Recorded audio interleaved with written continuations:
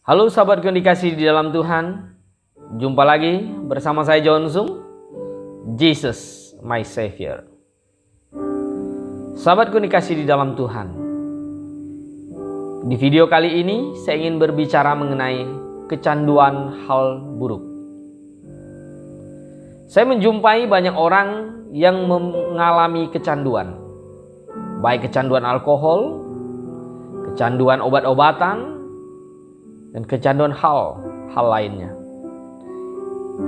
Marilah kita lihat apa yang dikatakan Alkitab mengenai kecanduan ini. Sahabatku dikasih di dalam Tuhan, kecanduan adalah satu kondisi yang membuat seseorang itu kehilangan kontrol terhadap dirinya sendiri. Jadi ada suatu rasa suka, satu rasa keinginan yang didorong yang sangat dari otaknya, ya, sehingga tak terkontrol dan dia selalu ingin mendapatkannya.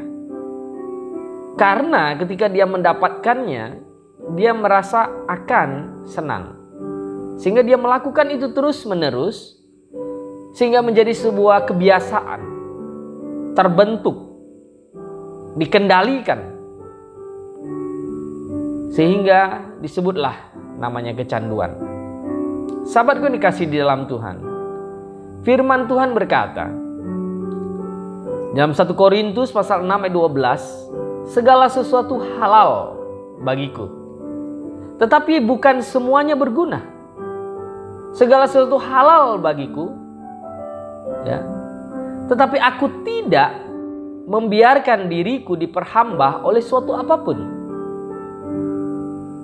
Jadi segala sesuatu halal, oke, tapi aku tidak membiarkan diriku diperhamba. Jadi garis bawahi kata diperhamba oleh suatu apapun. Jadi segala sesuatu yang memperhamba hidupmu, memperbudak hidupmu, membuat Anda tercandu, kecanduan, itu yang tidak boleh, itu yang bahaya. Contoh, kecanduan minuman keras, kecanduan anggur, beralkohol. Ini sesuatu hal yang dilarang oleh firman Tuhan. Di dalam Titus pasal 2 ayat 3 dikatakan, demikian juga perempuan-perempuan yang tua, hendaklah mereka hidup sebagai orang-orang beribadah, jangan memfitnah, jangan menjadi hamba anggur. Garis bawah di sini, hamba anggur. Sehingga banyak orang kita temui yang hidupnya diperhamba oleh alkohol. Kalau tidak minum alkohol itu rasanya tidak ada kesenangan, tidak ada damai sejahtera. Nah, sahabatku yang dikasih di dalam Tuhan, orang Kristen tidak boleh tergantung pada alkohol. Dan pengertian ini juga dapat diterapkan pada hal lain yang sebenarnya seperti kecanduan, ketergantungan terhadap narkoba, pornografi, judi, ya, tembakau, rokok, dan lain-lain. Berapa banyak waktumu, uangmu, energimu dihabiskan untuk mendapatkan kesenangan sesaat dari hal-hal yang buruk demikian. Nah, kecanduan pada diri seseorang itu terjadi dalam 3 tahap. Pertama, itu dimulai dengan munculnya keingintahuan. Jadi rasa ingin tahu, kemudian akhirnya mencari untuk mencobanya. Setelah mencobanya, ya, akhirnya timbul rasa suka, menyukainya, sehingga dia ingin lagi mengulanginya, mencobanya kembali, menyukainya terus, dan akhirnya terbentuklah sebuah kebiasaan yang terus menerus, yang sulit dikendalikan dan sulit dihentikan. Karena sudah terbentuk. Ketika hal ini, kebiasaan buruk ini terbentuk, maka dia harus mengulangnya terus. Jika tidak, dia akan stres, dia akan merasa hati yang galau, susah hati, tidak nyaman kalau tidak melakukannya. Nah, ini sudah masuk di dalam tahap kecanduan. Faktor utama yang dapat menyebabkan kecanduan sebenarnya adalah munculnya sebuah perasaan, ya, di dalam otak seseorang. Itu karena tubuh, ya, terutama otak, mengenali sesuatu yang menyenangkan sehingga memerintahkannya untuk mengulangnya kembali. Jadi otak merespon hal tersebut dengan mengeluarkan hormon dopamin, hormon kesenangan, sehingga orang terpancing terus untuk melakukannya itu terus menerus. Sahabatku dikasih di dalam Tuhan. Nah, hal inilah akhirnya yang membuat seseorang itu akhirnya diperhamba oleh kebiasaan yang buruk. Dalam 1 Korintus pasal 15 ayat 33, janganlah kamu sesat, pergaulan yang buruk merusak kebiasaan yang baik. Roma 6 ayat 18 dan 19, kamu telah dimerdekakan dari dosa dan menjadi hamba kebenaran. Kita bukan hamba anggur lagi, tapi hamba kebenaran. Aku mengatakan hal ini secara manusia karena kelemahan kamu. Sebab sama seperti kamu telah menyerahkan anggota-anggota tubuhmu menjadi hamba kecemaran dan kedurhakaan yang membawa kamu kepada kedurhakaan, demikianlah hal kamu sekarang harus menyerahkan anggota-anggota tubuh menjadi hamba kebenaran yang membawa kamu kepada pengudusan. Seharusnya orang percaya, orang Kristen tidak melakukan, tidak kecanduan hal yang buruk. Seperti tadi saya katakan, anggur, minuman beralkohol, narkoba, dan lain-lain. Kedua, ada juga kecanduan yang nampaknya positif, tapi dia mengabaikan Tuhan. Misalnya kecanduan cari uang, kecanduan akan sebuah hobi yang akhirnya menimbulkan aktivitas yang berlebihan dan melupakan hal rohani, melupakan hal yang utama. Tanggung jawabnya yang utama dia lupakan karena hobinya dia mendapatkan kesenangan, dia keluarkan banyak dana di situ untuk mendapatkan kesenangan dari hobinya itu. Nah, ini bahaya, ya.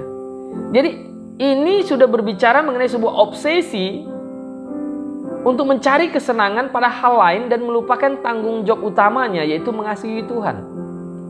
Misalnya ada hobi olahraga, kerja cari uang. Itu memang sebenarnya hobi yang baik, normal. Tapi jika aktivitas itu membuat seseorang kecanduan sampai akhirnya menghabiskan uang yang banyak, menghabiskan energi yang banyak, kewajiban utamanya untuk mengasihi Tuhan, untuk memelihara keluarga, itu dilupakan. Ini bahaya. Nah, firman Tuhan berkata dalam Ibrani 13 ayat 5, janganlah kamu menjadi hamba uang dan cukupkanlah dirimu dengan apa yang ada padamu, karena Allah telah berfirman, aku sekali-kali tidak akan membiarkan engkau dan aku sekali-kali tidak akan meninggalkan engkau. Ada orang yang kecanduan cari uang sampai diperhamba uang dan dia lupa Tuhan. Ada orang juga yang kecanduan main games, sampai tidak tidur semalaman, lalu tidak bisa bangun pagi untuk pergi ke gereja, tidak mau kerja, jadi malas-malasan. Ini juga bahaya, hobi yang bahaya. Ada orang juga kecanduan nonton video porno sampai menghabiskan uang banyak untuk main PSK dan yang lain-lainnya. Sahabat kan dikasih di dalam Tuhan, berhentilah, bertobatlah. Kita perlu menaati perintah Tuhan. Tuhan bilang, kasihilah Tuhan Allahmu dengan segenap hatimu, segenap jiwamu, dan dengan segenap kekuatanmu. Jadi sahabatku dikasih di dalam Tuhan, kita bisa dapatkan sebuah kesimpulan bahwa kecanduan terhadap segala sesuatu hal yang lain selain Tuhan itu sudah salah. Kalau kita kecanduan beritakan Injil, ya tidak masalah. Kecanduan kita baca Alkitab, itu benar, bagus. Itu hal yang positif. Tapi kalau kecanduan hal-hal yang lain, melupakan doa, melupakan baca firman, melupakan berjemaat, pergi ke gereja, ini sudah bahaya.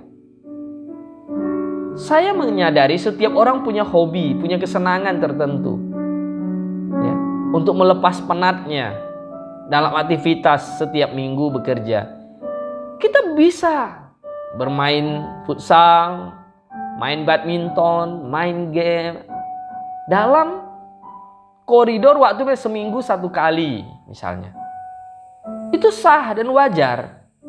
Tapi kalau sudah seminggu 3 kali, 4 kali sudah mengabaikan keluarga, ada yang hobi misalnya pergi karaoke dengan teman-temannya, melupakan anak, tidak jaga anak, mencari kesenangan di sana. Ini sudah bahaya. Sahabatku dikasih di dalam Tuhan, banyak orang rela mengeluarkan uangnya royal dengan hobinya, tetapi mereka pelit bersama dengan Tuhan. Mereka takut mengeluarkan uang untuk mendukung pekerjaan Tuhan. Mereka habiskan waktu seharian bisa bermain golo, bermain yang lain, hobi-hobi yang lain, mancing, apa segala macam, browsing internet, mencari teman-teman, chatting. Habiskan banyak waktu, tetapi untuk datang ke gereja, untuk baca firman, untuk bernyanyi, bersukacita bersama Tuhan, mereka lupakan. Thomas Guthrie berkata, jika Anda lebih mencintai suatu kesenangan daripada doa-doa, dan Anda lebih mencintai buku lain daripada Alkitab, ya, itu sudah bahaya. Kegemaran, kesukaanmu sudah lebih, ya, dari mengharapkan sorga.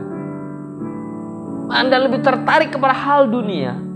Itu adalah satu upaya iblis untuk memperhamba manusia, mengalihkan fokus manusia dari hal rohani ke hal duniawi. Mari sahabatku yang dikasih dalam Tuhan, tinggalkanlah dosamu, fokuslah kepada Tuhan, serahkanlah hidupmu kepadanya. Roma 6 ayat 6 dikatakan, karena kita tahu bahwa manusia lama kita telah turut disalibkan supaya tubuh dosa kita hilang kuasanya, agar jangan kita menghambakan diri lagi kepada dosa. Bersama saya John Sung, Jesus my Savior.